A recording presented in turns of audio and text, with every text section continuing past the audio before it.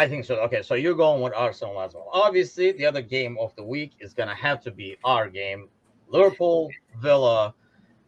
Shay, do you think? I think the fact that it's Villa kind of helps Liverpool because it is a good team. Mm-hmm. I feel like if we played Luton Town after that game, it could almost be, looking past it and thinking you can ride the momentum.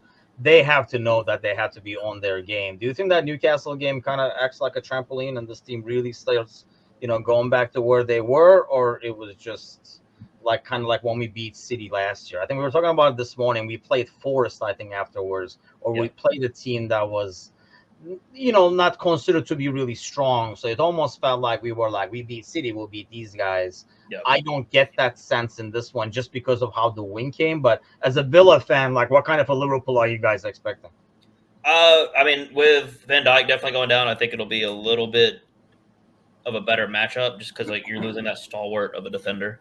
I think Ollie, depending on who you start, like, even not as a Liverpool fan, like even when Joe Gomez got picked for England, I was never confident with him. He is a very shaky defender. He's not good. I think he definitely was overhyped. So if you guys end up starting him, Ollie will at least put pressure on him. It just comes down to will Ollie score because he's the most inconsistent striker I've ever seen. Truly, like he'll put goals in, but he cannot hit a barn door sometimes. I truly think that's the biggest positive. On that, and like I said, for y'all in midfield, you're still figuring it out. With ours now, like we finally have a set trio, so I think Emery will keep the same team. And what I've noticed over the last couple of games, like we will not dominate possession. He's 100% counterattack, and will absorb a lot of pressure. So obviously I would want the win, but to be realistic, I would take a draw in a heartbeat. Just keep the unbeaten streak going. Just don't give up really easy opportunities. I think Emmy.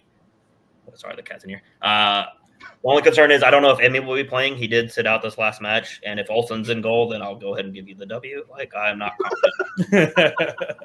By far one of the worst backups I've seen. Do you think the last game, like Liverpool's last game, that comeback against Newcastle, in terms of morale, in terms of attitude or whatever, changes anything at all, or everything? I think they'll have it's a huge win, and like anytime you have a comeback win like that, you're gonna have a high. But they also, I think Klopp realizes now, like, hey, I can't take Unai Emery and this team lightly anymore, and that's for like a lot of people, like just Unai in general. Like he's a very good manager, regardless of what team he's at. I think they know that he's a master tactician. He is obsessed with it because like every time I like look on Twitter, like after a match, he is constantly watching tape for 7-8 hours. Like that is ridiculous.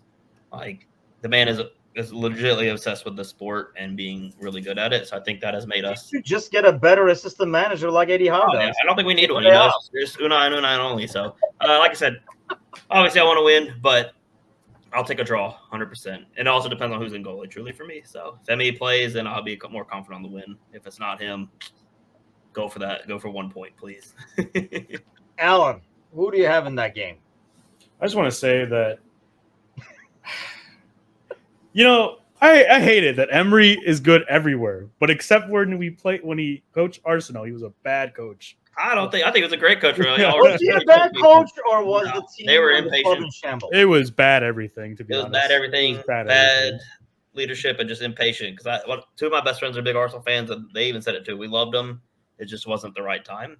And I think he proved himself. The kind of guy that does better at a team like Villa, at a team like Sevilla, like at a team where they're above average, there's a lot of good talents, and he can kind of elevate them. But when he goes to a top team, because Arsenal is not the only one. Yeah, he did struggle at PSG. Talent, and he has to rotate and stuff. The expectations are higher.